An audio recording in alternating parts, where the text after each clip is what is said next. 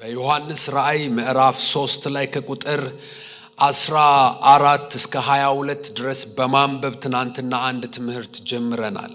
አጀማመራችን በብርታት ነው የጀመርነው። ከተመረጡ ከጥቂቶች ጋር እዚህ ሆነን ስንጀምር እንደው በደከመ መንፈስ በልመና በመለማመን አይደለም የጀመርነው፣ ሰብረን የገባነው።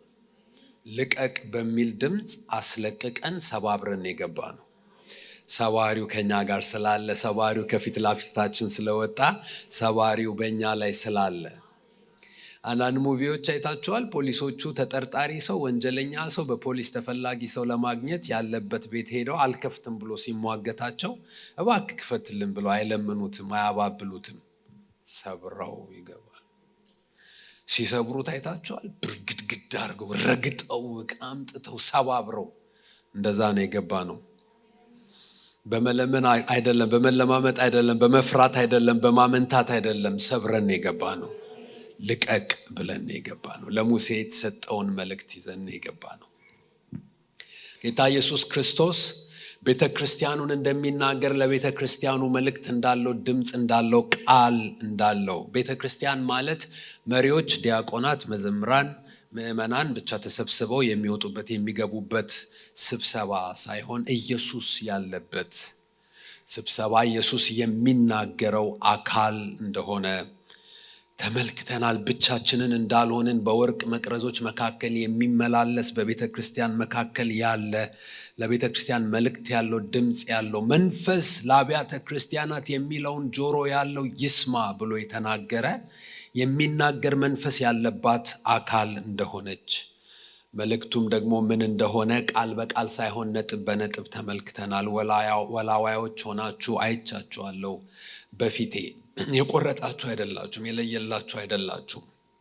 ዘፈኑም ያምራችኋል፣ መዝሙሩም ያምራችኋል፣ ስብከቱም ያምራችኋል፣ ሌሎቹም ደግሞ እንቶ ፈንቶ ንግግሮች ያምሯችኋል፣ ጸሎት ቤቱም ያምሯችኋል፣ ናይት ክለቡም ያምራችኋል፣ ይሄኛውም ያኛውም ያምራችኋል። ለብ ያላችሁ ናችሁ። ስለዚህ ተቸግሬባችኋለሁ፣ አስቸግራችሁኛል። አንዱን ብትሆኑ ጥሩ በሆነ ነበር። የቆረጣችሁ የለየላችሁ አይደላችሁም አላቸው።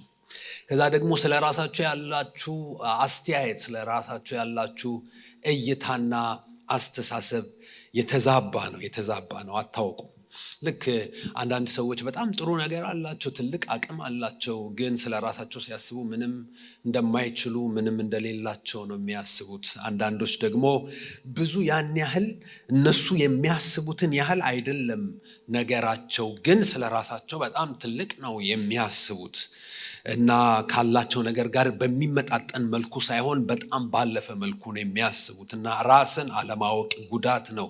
ራስን አለማወቅ አለማስተዋል ነው። እነዚህ ሰዎች እኛ ድሃ ነን፣ እኛ ሀብታም ነን፣ እኛ ምንም አያስፈልገንም፣ የሚጎድለን ነገር የለንም ይላሉ።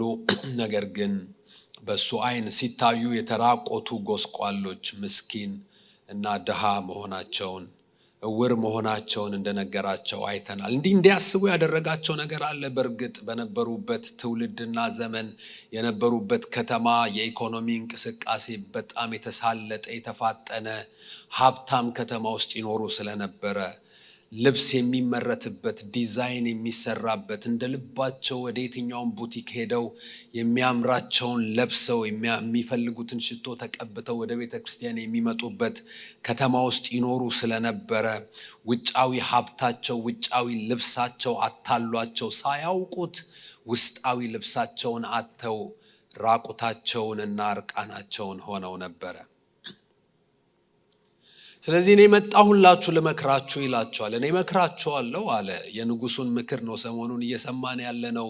እመክርሃለሁ፣ እንድትገዛ እመክርሃለሁ። እርቃንህን መሆንህን አውቀህ፣ ራቁትህን መሆንህን አውቀህ፣ የተሰጠህን ያንን የክብር ልብስ ማስወሰድህን መጣልህን አውቀህ፣ ባዶነት እንደተሰማህ እንደሚሰማህ አውቀህ፣ ባዶነት ወደ ህይወት ወደ ኑሮ እንደገባ አውቀህ፣ ዛሬ ግን እኔ መድኃኒት ልሆን መፍትሄ ልሆን መጥቻለሁና እመክርሃለሁ ከኔ እንድትገዛ፣ ማየት የምትችልበትን ኩል ከኔ እንድትገዛ፣ አይንህን ከእውርነት እንድታላቅቅ፣ ማየት እንድትችል፣ መመልከት እንድትችል፣ ደግሞም ባለጠጋ እንድትሆን፣ በእሳት የነጠረውን ወርቅ፣ በእኔ ዘንድ ያለውን ጸጋ፣ ክብር ህልውና ቃል መረዳት ይዘ ባለጠጋ እንድትሆን እመክርሃለሁ። ደግሞም ራቁትነትህና እርቃንህ እንዲሸፈን ነጭ ልብስ ከኔ እንድትገዛ እመክርሃለሁ ብሎ በመምከር በመገሰጽ መንፈስ እንደመጣባቸው አይተናል። ሆኖም ግን እንደዚህም ሆነ ጎስቋላ ሆነ ድሃ ሆነ ባዶ ሆነ እርቃንህን ሆነ የማትታዘዝ ሆነ አፈንግጠ ሄደ የሰጠውን ክብር ጥለህም ቢሆን እንኳን እወድሃለሁ። የመጣሁትም ለዛ ነው፣ እወዳችኋለሁ። ውድቀታችሁ ፍቅሬን ሊከለክለኝ አልቻለም። ምክንያቱም መጀመሪያ ሳገኛችሁም ጠፍታችሁ ነው። የወደድኳችሁ ጻድቅ ሆናችሁ አይደለም። ስለዚህ አሁን ወደቃችሁ ብዬ ፍቅሬ አይቀየርም። እኔ የምቀጣው እኔ የምገስጸው የምወዳቸውን ነው ዲሲፕሊን የማደርገው። የፍቅሬ መግለጫ ነው። ባርኮቴ ብቻ ሳይሆን ተግሳጼ፣ ዘለፋዬ የመውደዴ መግለጫ ነው ሲላቸው እናያለን። እኔ በመካከላችሁ ያለው መስሏችሁ ነበረ፣ ነገር ግን ገፍታችሁ ሳታውቁ ውጪ አድርጋችሁኛልና ደጅ ነኝ ያለሁት እና አስወጥታችሁኝ ራሱ ካልፈለጉኝ ብዬ አልሄድኩም። ደጅ ላይ ነው የቆምኩት እዛው። ምናልባት ነገ ይመለሳሉ ብዬ እንደምትከፍቱልኝ ተስፋ አድርጌ እንደገና ከእናንተ ጋር ህብረት ላደርግ ስለምወዳችሁ ስለምፈልጋችሁ እዛው በር ላይ ነኝ ያለሁት። በደጅ ቆሜ አንኳኳለሁ። ድምፄ ይሰማችኋል? ሳንኳኳ ስናገራችሁ፣ ቃል ስልክላችሁ፣ ምክር ስልክላችሁ፣ መንፈሴን ስልክላችሁ፣ ማልጄ ተነስቼ መልእክተኞችን ስልክላችሁ ድምፄ ይሰማችኋል ወይ? ድምፄ የሚሰማችሁ ከሆነ ደጁን ክፈቱልኝ። ለሚከፍትልኝ ሰው፣ ልቡን ለሚዘጋብኝ፣ በሩን ለሚዘጋብኝ፣ ህይወቱን ለሚዘጋብኝ ሰው ሳይሆን ደጁን ለሚከፍትልኝ፣ ልቡን ለሚከፍትልኝ፣ ህይወቱን ለሚከፍትልኝ ሰው ያለምንም ጥርጥር ወደ እርሱ እገባለሁ። ከእርሱ ጋር ህብረት አደርጋለሁ። ከእሱ ጋር ሰነብታለሁ፣ እኖራለሁ። ይሄ ድምፅ ደግሞ የመንፈስ ቅዱስ ድምፅ ነው ብሎ እንደነገራቸው ተመልክተናል። አንድ ነገር አረጋግጠናል። መንፈሳዊ ልብስ የሚባል ነገር አለ።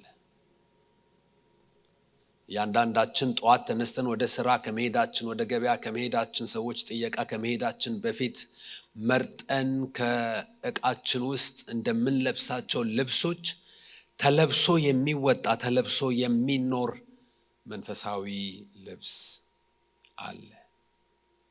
ሰው በኃጢአት በወደቀ ጊዜ፣ ባለመታዘዝ በተላለፈ ጊዜ፣ አትብላ የተባለውን በበላ ጊዜ የተከሰተበት የደረሰበት አንድ ትልቅ ውድቀትና አዘቅት ራቁትነት ነው። ከዛም በፊት የለበሱት የወለቀ የሚታይ አካላዊ ልብስ አልነበረም፣ ግን ልብስ ነበራቸው። እርቃናቸውን ይመስላሉ፣ ግን አልነበሩም። ራቁትነት አይሰማቸውም ነበር፣ ባዶነት አይሰማቸውም ነበር። ሙሉነት ነበር የሚሰማቸው ከነማንነታቸው። ይሄ ልብስ ሰው እንከን የለሽ ሳይሆን ስህተት የሚሰራ ሆኖ እንኳን ሙሉነት እንዲሰማው፣ ትክክለኛነት እንዲሰማው የሚያደርግ ልብስ ነው። ያንን ራቁትነት ለመሸፈን ሲመጣ ቀደም በወንድማችን በኩል እንደሰማነው እሱ ደግሞ እርቃኑን ሆኖ በመስቀል ላይ ተሰቀለ። ለምን? እርቃናችንን የሆነውን እኛን ያንን ያጣነውን የሞገስ ልብስ ሊያለብሰን ስለፈለገ። ስለዚህ በመንፈሳዊ ህይወት ውስጥ እርቃንነት አለ። በመንፈሳዊ ህይወት ውስጥ ደግሞ የሚለበስ መንፈሳዊ ልብስ አለ። የታደለ ሰው፣ ብፁዕ ሰው፣ የተባረከ ሰው ማን ነው ብትሉ በየዕለቱ ይህንን ልብስ ለብሶ የሚወጣና የሚገባ ሰው፣ የሚኖር ሰው፣ አእምሮ መንፈሱና ልቡ ህይወቱ እርቃኑን ያልሆነ ሰው፣ ሙሉነት የሚሰማው ሰው። ይሄ ልብስ በላዩ ላይ የተደረበለት ሰው፣ መጎናጸፊያው ያልወለቀ ሰው፣ እሱ የተባረከ ነው፣ እሱ ብፁዕ ነው። ይሄ መንፈሳዊ ልብስ በሁለት አይነት መልክ ነው ያየነው። አንደኛው እዚህ ምድር ላይ እግዚአብሔር እንድንለብሰው የሰጠን ልብስ ነው። ለአማኞች፣ ለዳኑት፣ ወደ እርሱ ለሚመጡ በደሙ ለታጠቡ ይለብሱት ዘንድ የተሰጣቸው ልብስ ነው። ደግሞስ በሚመጣው ዓለም በሚመጣው ሕይወት ድል ለነሳው ይሄንን ጉዞ ለጨረሰ እስከ ፍጻሜው ለጸና ሰው የተዘጋጀለት ነጭ ልብስ ነው። ድል ለነሳው ልብስ አዘጋጅቻለሁ፣ ነጭ ልብስ አለብሰዋለሁ ብሎ በብዙዎቹ ቤተክርስቲያኖች ከዛም በኋላ ባሉት ምዕራፎች ውስጥ በዮሐንስ ራእይ ውስጥ በተደጋጋሚ እናገኘዋለን። ለመቁጠር የሚያዳግት በጣም ብዙ ሰዎች አየሁኝ በራእይና መልአኩ እነዚህ ከየት ናቸው የመጡት አለኝ። እነዚህ ሰዎች ከየት ነው የመጡት? ነጭ ልብስ ለብሰው ነበረ ሁሉ። ከየት ነው የመጡት?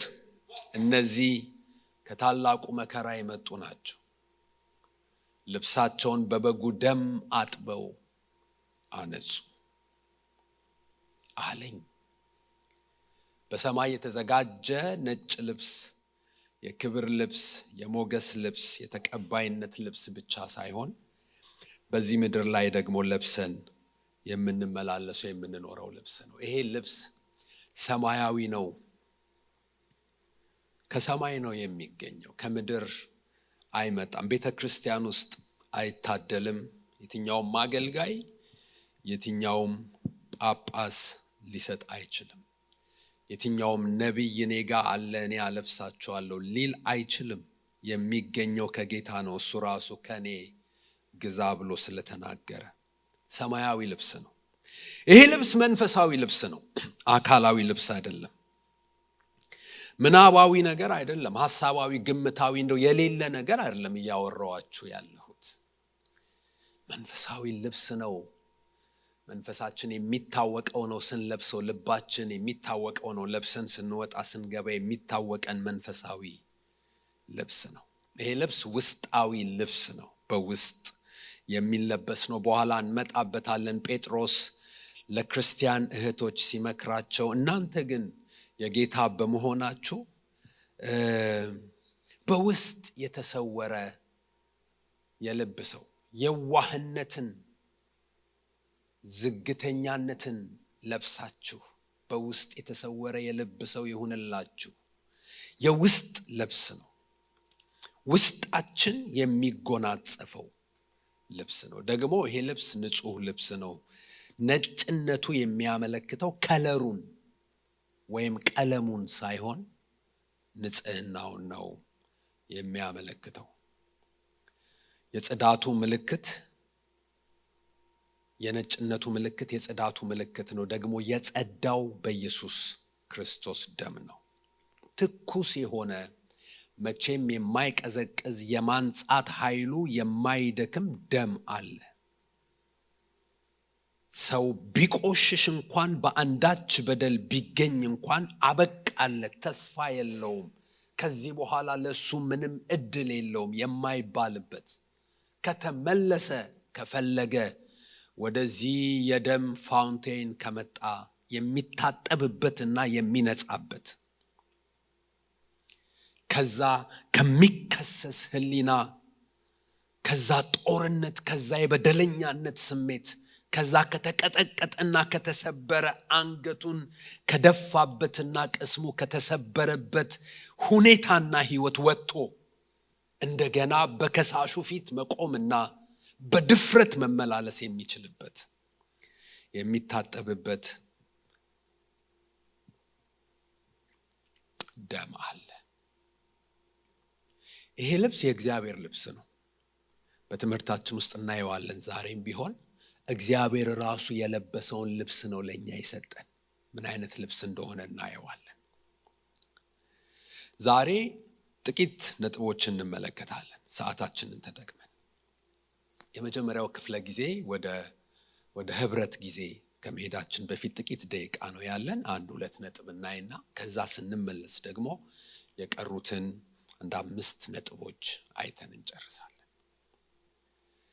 ይሄ ልብስ ምንድነው? መጽሐፍ ቅዱስ ስለዚህ ልብስ ያወራል ወይ? በብሉይ ኪዳንም ሆነ በአዲስ ኪዳን መንፈሳዊ ልብስ እንዳለ የሚለበስ ልብስ እንዳለ ከምንለብሳቸው ልብሶች ባሻገር በውስጣችን ለብሰነው ልንወጣና ልንገባ የሚገባ ልብስ እንዳለ መጽሐፍ ቅዱስ ያስተምራሉ። የመጽሐፍ ቅዱሳዊ አስተምህሮ ነው ወይ ትምህርት ነው ወይ ብንል አዎ፣ መጽሐፍ ቅዱስ በብሉይ ኪዳንም በአዲስ ኪዳንም ስለዚህ መንፈሳዊ ልብስ ይናገራል። ይሄ ልብስ ምንድነው ካላችሁ፣ ይሄ ልብስ የመጀመሪያው ነጥብ የመዳን ልብስ ነው ወይም የማዳን ልብስ ነው። ጋርመንት ኦፍ ሳልቬሽን። ይህንን ደግሞ የምናገኘው በኢሳይያስ በትንቢተ ኢሳይያስ ምዕራፍ 61 ቁጥር 10 ላይ እናገኘዋል። በትንቢተ ኢሳይያስ ምዕራፍ 61 ቁጥር 10 ላይ ስለዚህ ልብስ ሲናገር እንደዚህ ይላል። አክሊልን እንደለበሰ ሙሽራ በጌጥ ሽልማታም እንዳጌጠች ሙሽራ የማዳንን ልብስ አልብሶኛልና የጽድቅንም መጎናጸፊያ ደርቦልኛልና በእግዚአብሔር እጅግ ደስ ይለኛል። ይህንን የማዳን ልብስ ይህንን የመዳን ልብስ የሚመስልበት ምሳሌዎቹን አይታችኋል፣ አስተውላችኋል። በምንድን ነው የሚመስለው? በአክሊል አክሊል እንደለበሰ ሙሽራ እንዳማረበት እንደተዋበ በህይወት ዘመኑ ምናልባት አንድ ጊዜ ሁለት ጊዜ ብቻ የሚያደርገው ወይ ሁለት ጊዜ ሶስት ጊዜ ለሆኑ ጉዳዮች ለሆኑ ኦኬዥንስ የሚለብሰው የሚያደርገው አምሮ የሚታይበት ጎልቶ የሚታይበት ደምቆ የሚታይበት በዛ ነው የመሰለው። ይሄ የሁል ጊዜ ነው፣ ግን ዋጋው እና ውበቱ ግን ልክ ከዕለታት አንድ ቀን እንደሚለበስ የብርቅዬ አክሊል አድርጎ ነው የሚያቀርበው። አክሊልን እንደለበሰ ሙሽራ በጌጥ ሽልማቷም እንዳጌጠች እንደ ጌጥ አድርጎ ያቀርበዋል። እንደ ሽልማት ማለት ሪዋርድ፣ አንድ ሰው የሆነ ነገር ስላደረገ የሚሰጠው ብድራት ሳይሆን መሸላለም፣ ማሳመር፣ ማስዋብ፣ ዲኮር ማድረግ፣ እንደተሸለመች እንዳማረች ዲኮሬትድ እንደሆነች ሙሽራ እንደዛ ነው የሚመስለው የመዳንን ልብስ። ይህንን ልብስ አልብሶኛል፣ ደግሞ አድኖኝ ብቻ አልተወኝም፣ ደግሞ የጽድቅ ልብስ ደርቦልኛል። ጻድቅ ነህ ብሎኛል፣ ትክክል ነህ ብሎኛል። ከሳሼን አሳፍሮታል። ከሳሼ ብቻ ሳይሆን እኔም ስተተኛ እንደሆንኩኝ አርጌ ነበር ማስበው፣ ራሴን ሞቅ ሰው በጣም የተሰበረ ነገር ነበረኝ። ግን መጣና እኔ በደሜ አጥቤያለሁ፣ አድኛለሁ፣ ማዳኔን ሰጥቻለሁ፣ የደህንነት ልብሴን አልብሻለሁ፣ ደግሞም ጽድቅን ደርቤልሃለሁ። እኔና እናንተ ያገኘነው መዳንና ማዳን የምንሸማቀቅበት የምናፍርበት ወደ ጎን የምንልበት የምንደበቅበት አይደለም። ቀና ብለን የምንሄድበት የምንኮራበት ነው። አንዳንድ ሰዎች ጌታን ይወዳሉ፣ እግዚአብሔርን ማምለክ መከተል ይፈልጋሉ። ግን በጣም የቆረጠ ነገር ስለሌላቸው አንዳንድ ሰዎች ፊት ሲሆኑ እንዳልሆኑ ለማሳየት ጥረት ያደርጋሉ። መሆናቸውን ላለማሳወቅ እንደምንም ብለው ተጣጥፈው ያልፋሉ። እንዳይነሳ ይፈልጋሉ። ለምን? እነዚህ ሰዎች ምናልባት ባለጠጎች ናቸው ብለው አስበው፣ ምናልባት የተማሩ ናቸው ብለው አስበው፣ ምናልባት የሌላ ሃይማኖት ተከታዮች ናቸው ይህንን አይወዱትም አይፈልጉትም ብለው አስበው፣ ምናልባት እንደዚህ ናቸው እንደዛ ናቸው ብለው በተለያየ ምክንያት ሊሆን ይችላል። እኔ ዘርዝሬ እዚህ መጨረስ በማልችለው ምክንያት ግን በዚህ በማዳን ልብሳቸው ኮራ ብለው እርግጠኛ ሆነው ሳያፍሩ ሳይሸማቀቁ መቅረብ አይፈልጉም። ግን ይሄ ልብስ የውበት ልብስ ነው። የሚያሳምር ልብስ ነው። የሚያምርብን ልብስ ነው። የምንኮራበት ልብስ ነው። የማንሸማቀቅበት ልብስ ነው። በተማሩ ፊት፣ ባልተማሩ ፊት፣ በድሆች ፊት፣ በባለጠጎች ፊት፣ በነጮች ፊት፣ በጥቁሮች ፊት፣ በትላልቆች፣ በአዛውንቶች ፊት፣ በወጣቶች ፊት፣ በልጆች ፊት፣ በየትኛውም ሰው ፊት፣ በቤተሰብ፣ በቤተ ዘመድ፣ በጓደኛ፣ በማንኛውም ሰው ፊት የማናፍርበት የጌጥ ልብሳችን ነው። ጌጣችን ነው። ውበታችን ነው። ሽልማታችን ነው። ያማርንበት የተዋብንበት ልብስ ነው። መጽሐፍ ቅዱሴን ሳጠና ጌታ ኢየሱስ ክርስቶስ በማርቆስ ወንጌል ላይ እኔ አንድ ቀን እመጣለሁና በአባቴ ፊት ስለ ሰዎች እመሰክራለሁ፣ ያን ጊዜ የምመሰክርላቸው ሰዎች አሉ፣ ደግሞ የማፍርባቸው ሰዎች አሉ አለ። የማፍርባቸው ሰዎች ምን አይነቶች ናቸው ብሎ ትኩረቱ እሱ ላይ ስለነበረ ሲናገር በዚህ ትውልድ በዘመናቸው በእኔ ላይ ያፈሩ ሰዎችን እነሱን ደግሞ ያን ጊዜ እኔ ማፍርባቸዋለሁ አለ። ግን በጣም የገረመኝ የነሱ ማፈርና ደግሞ እሱ በምላሹ በዚያን ጊዜ በአባቱ ፊት እንደሚያፍርባቸው መናገሩ ብቻ አይደለም የገረመኝ የነካኝም እነዚህ ሰዎች በማን ፊት ነው ያፈሩበት ኢየሱስን የሚለውን ነገር ምን እንደሚል ታውቃላችሁ? በዚህ አመንዝራና ዘማዊ ትውልድ ፊት በእኔ የሚያፍር። እነሱ ባንተ ፊት ሊያፍሩ ሲገባ፣ እነሱ መሸማቀቅ ሊገባቸው ሲገባ እንዴት አንተ ታፍራለህ? በሌቦች ፊት፣ በዋሾች ፊት፣ ባታላዮች ፊት ባለጠጋ ስለሆኑ የተማሩ ስለሆኑ እንደዚህና እንደዛ ስለሆኑ የምናፍርበት ህይወት አይደለም። ይሄ የማዳን ልብስ የሚኮራበት ልብስ ነው። ጌጥ ነው። ውበት ነው። ማፈር የሚባል ነገር ከመጣ ማፈር ያለባቸው እነሱ ናቸው። ህይወታቸውን ያውቁታል። የሚኖሩትን ኑሮ ያውቁታል። የሚሰሩትን ነገር ያውቁታል። ያሉበትን የኃጢአት አዘቅት እነሱ ያውቁታል። ይሄ ልብስ የሚኮራበት የማዳን ልብስ ነው። ስለዚህ ደስ ይለኛል ይላል። በዚህ ልብስ ደስ ይለኛል። በዚህ ልብስ አላኮርፍም። በዚህ ልብስ ቅር አይለኝም። የማዳን ልብስ ስለለበስኩኝ ደስ ይለኛል። የትኛውንም ነገር በማግኘቴ ከምደሰተው ደስታ ይልቅ ይሄንን የማዳን ልብስ ስለለበስኩኝ፣ ይሄንን የሚያምር ልብስ፣ ይሄንን ያጌጠ ልብስ፣ ይሄንን ሽልማት ስለተደረበልኝ በዚህ ደስ ይለኛል። በመዳኔ ደስ ይለኛል። የማዳኑ ደስታ አለኝ። ይሄ እንዳይጠፋ የማዳኑ ደስታ፣ የመዳናችን ደስታ፣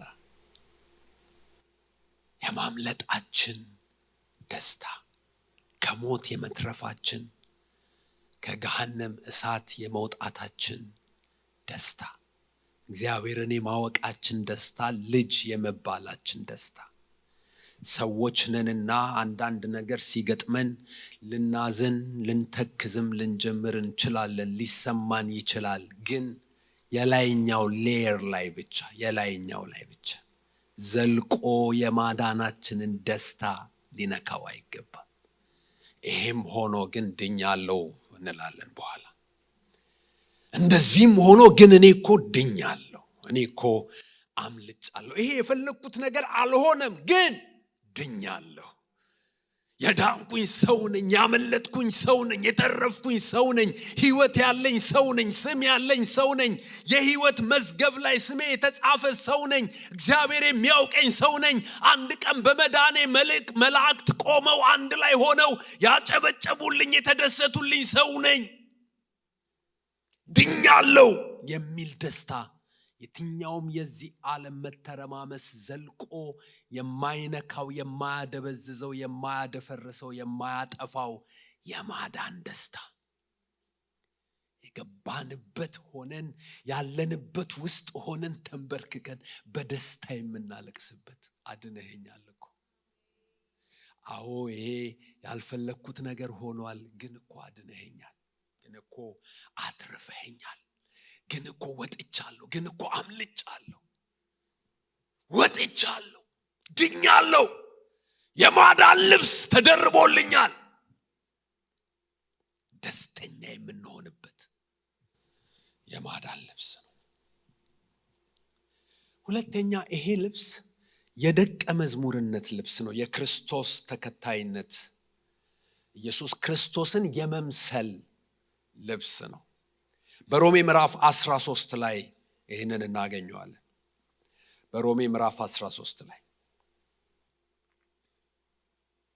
እንደዚህ ይላል፣ በቀን እንደምንሆን በአገባብ እንመላለስ፣ በዘፈንና በስካር አይሁን፣ በዝሙትና በመዳራት አይሁን፣ በክርክርና በቅናት አይሁን፣ ነገር ግን ጌታን ኢየሱስ ክርስቶስን ልበሱት፣ ምኞቱንም እንዲፈጽም ለሥጋ አታስቡ።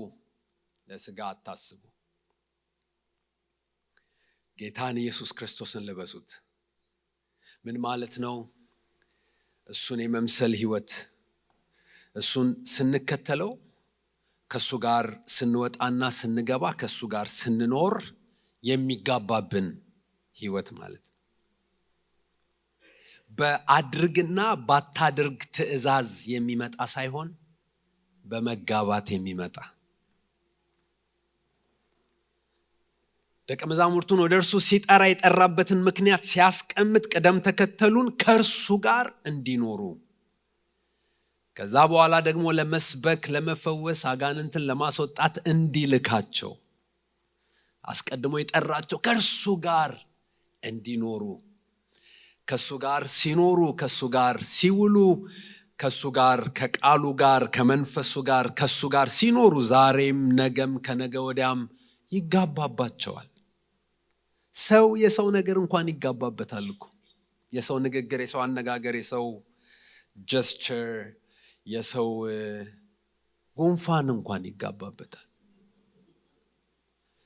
አብሮ ሲሆን፣ ከሰው ጋር ሲነካካ፣ ከሰው ጋር ሲሆን አንተ እንደ ከሌ ማውራት ጀመርክ፣ እንደ ከሊት መሳቅ ጀመርሽ ይባላል። በመዋደድ በመወራረስ አብሮ በመሆን የሚመጣ። ሰሞኑን አንድ መዝሙር ሰዎች ወዳጆች ልከውልኝ ሰማሁኝ። እንዲሁ በሙዚቃም የታጀበ አይደለም፣ እንዲሁ አቃታለሁ ያችን የምትዘምረውን እህት አንድ ጊዜ አብረን አገልግለናል ሰበታ ውስጥ። እና ምንድነው የምትለው? በጣም ጽሁፉ ለእንትኑ ስንኞቹ በጣም ገረመኝ። እኔ ከአንተ ጋር በመሆኔ ምክንያት በጣም ፍቅር እያጋባብህኝ ነው፣ እየተጋባብኝ ነው፣ አጋባህብኝ። እና ዝም ብዬ ሰው ልቤ ሳላውቀው ሰው ይወድብኛል፣ ይሄንንም ይወድብኛል፣ ያንንም ይወድብኛል። ሰው እየወደደብኝ ልቤን አገኘሁት እና አንተ አጋባህብኝ። እና እኔ ይቅር ማለት አልፈልግም ነበር፣ ግን ይቅር እያለ ተቸገርኩኝ። ልቤ ይሄኛውንም ይቅር ይላል፣ ያኛውንም ይቅር ይላል። አሊዝም አለ በቃ ልቤ። እንዴት ነው ብዬ ስል አንተ ነው ያጋባህብኝ። አንተ ይሄ ሰማይ ውብ የሆነው አንተ ስላለህበት ነው። በረቱ ራሱ ጠረኑ የተቀየረው ለመጀመሪያ ጊዜ ሽቶ፣ ዕጣን፣ ከርቤ የገባበት አንተ ስላለህበት ነው። አንተ ስትኖርብኝ እንደዛ ይሆናል ነው። ትእዛዝ የመፈጸምና ያለመፈጸም፣ አድርግና ያታድርግ እንደው የትግል ጉዳይ አይደለም እኮ የክርስትና ሕይወት። ከሱ ጋር በመሆን የሚጋባ ነገር ነው። እሱን የመምሰል ሕይወት ነው። እሱን ልበሱት፣ ኢየሱስን ልበሱት። ኢየሱስ ልብሳችሁ ይሁን ይላቸዋል ሐዋርያው ጳውሎስ። በብርሃን እንደሚሆን ተመላለሱ ብሎ አያይዞ የሚናገራቸው ነገሮች አሉ። በዘፈንና በስካር፣ ዘፈንና ስካር አብረው ነው የሚሄዱት። ዘፈን ወደ ስካር ይመራል፣ ስካር ወደ ዘፈን። እንደ እንትን ነው የሚቀባበሏችሁ። አንዱን ከጀመረ ሰው አንዱ ለአንዱ ነው የሚያቀብለው። ከዛ ደግሞ በዝሙትና በመዳራት ይላል። ይሄም አብሮ ነው የሚሄደው፣ ይቀባበላል። ከዛ ደግሞ ክርክርና ቅናት ይላል። ይሄም ቅናት ካለ ክርክር አለ። በወንድሜ ላይ መቅናት የጀመርኩኝ ጊዜ ነው ጸብ የተጀመረው። ልቤን ከቅናት ብጠብቅ ባልቀናበት፣ እሱ ሲሆንለት ደስ ካለኝ፣ እሱ ሲያድግ ደስ ካለኝ፣ እሱ ሲባረክ ደስ ካለኝ፣ ይሄንን ከክርስቶስ ኢየሱስ ከተማርኩኝ፣ ይሄ ከተጋባብኝ በምን እከራከረዋለሁ? በምን እጣለዋለሁ? የሚያጣላን ነገር እየቀነሰ እየጠፋ ይመጣል። ክርስቶስ ኢየሱስን ግን ለብሳችሁታል፣ ተሰጥቶናል። በነገራችን ላይ ልበሱኝ ብሎ ልብስ ሆኖ መጥቷል። ሰዎች ከወደዷችሁ አይተዋችሁ አትጠራጠሩ።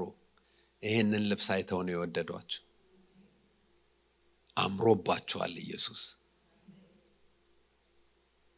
እንድታወሩ ከፈለጉ፣ አብራችኋቸው እንድትሆኑ ከፈለጉ፣ ደስ ደስ ካላችኋቸው ይሄ ልብስ ነው ያማራቸው።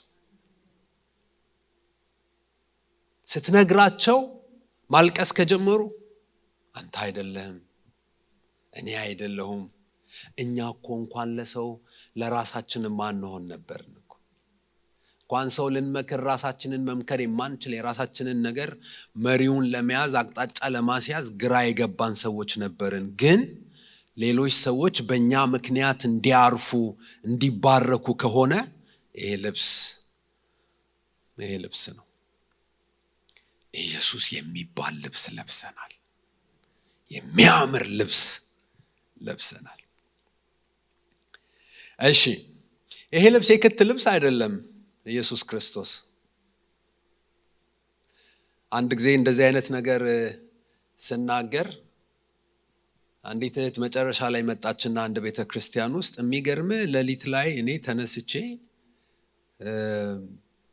ስለ ልብስ እግዚአብሔር ተናግሮኝ ይሄው ብላ ማስታወሻ ደብተሯን አውጥታ አሳየችኝና እኔ የክት ልብሳችሁ አይደለሁም በየቀኑ ልበሱኝ ብሎኝ ይሄው ጽፌዋለሁ አለች። የክት ልብስ ማለት አንዳንድ ጊዜ ፕሮግራም ሲኖር የሆነ ጊዜ የሚደረግ ጸሎት ቤት ስንሄድ የምናደርገው የሆነ ቦታ ስንሄድ አይደለም። ኢየሱስ ክርስቶስ የሁል ጊዜ ልብስ ነው።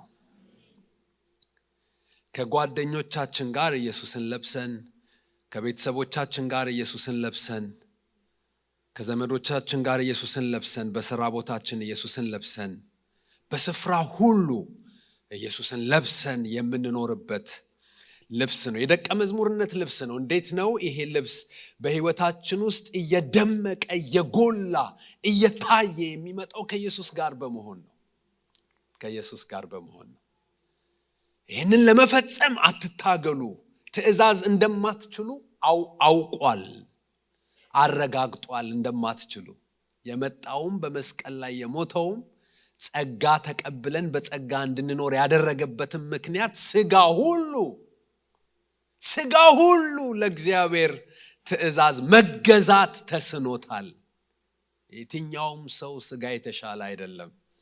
አንድ አስተማሪያችን እንደዚህ ይል ነበር፣ flesh is flesh, even the preacher's flesh። ስጋ ነው። የካህኑም ስጋ ነው። የማንኛውም የሰባኪውም የአስተማሪውም የትኛውም ሰው ስጋ ነው። ለእግዚአብሔር ሕግ መገዛት ተስኖታል። አሁን እንዴት ነው የሚቻለው? ከፍ ያለ ህይወት አለ። ኢየሱስን በመልበስ አብሮ በመሆን እኔ በኖርኩባቸው የክርስትና ህይወት ውስጥ የተማርኳቸውንና የተሰበከልኝን ነገሮች ለመኖር መኖር ፈልጋለሁ ብዬ ጥማት ኖሮኝ እንዴት ልሁን? እንደ ቃል ይሁንልኝ፣ ይሄንን መሆን ፈልጋለሁ። እንዲሁ ዝም ብዬ ሰምቼ ተዝናንቼበት ማለፍ አልፈልግም። ፕሮግራም ሆኖ እንዲያልፍ አልፈልግም። ይሄ የሰማሁት ቃል፣ ይሄ የተማርኩት ነገር፣ ይሄ ያነበብኩት፣ ይሄ የሰማሁት መረዳት ህይወት እንዲሆነኝ ፈልጋለሁ ብዬ እንዴት ነው የሚሆነው ብዬ ሳስብ መጨረሻ ላይ የማገኘው ከየትኛውም ስብከት መጨረሻ ላይ ከኢየሱስ ጋር መሆን።